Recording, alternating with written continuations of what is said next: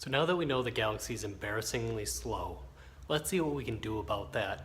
And the first thing is going to be going from that 2-barrel intake to an aluminum 4-barrel intake.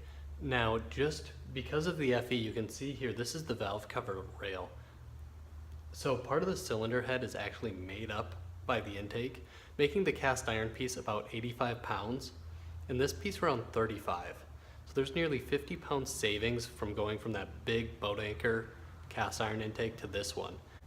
You can see here, for 1960s parts, these ports are actually really good sized for a 352. This is going to be quite a healthy upgrade here on airflow. And then to match it, we have the 4-barrel 4100 carburetor. And I love these things. They're super easy to tune, easy to rebuild. Unlike a Holly, there's no break here in the ball. They don't bolt on this way. The top comes off. So there's almost no place for fuel to leak out of these things, except for like right here for they call it an economizer valve in a Ford. It's a power valve.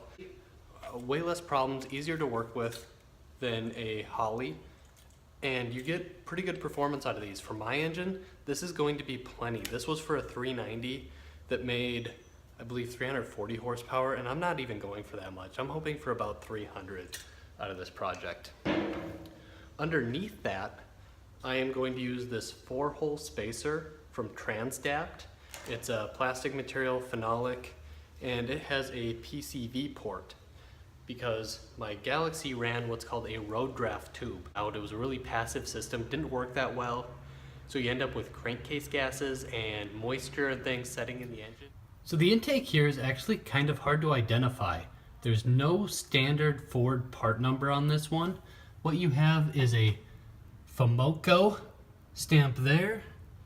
On number 5 cylinder, you have the firing order. And right here up front, you have a date code.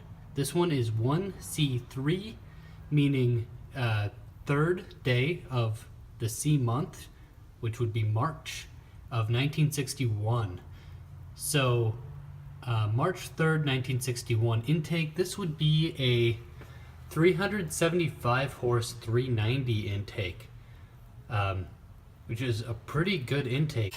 And we're running a PCV, so we got the plate and filter basket, which goes back here, and that'll keep the oil from getting up into the PCV. I chose this intake specifically because I wanted to keep the oil fill tube.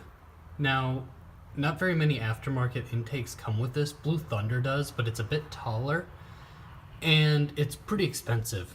So I wanted a Ford Part 2 that has the Ford firing order here, as the Ford intakes would have, and the FOMOCO stamp. So it is a factory part, looks like a factory part, and it allows me to keep the valve covers, which you'll see have no breather or any hole in them. They're solid. That's why you need the oil fill tube, which will have a filter on top of that, and that will draw air in, which will then get pulled out of the PCV port in the back that's going to the PCV spacer under the carb.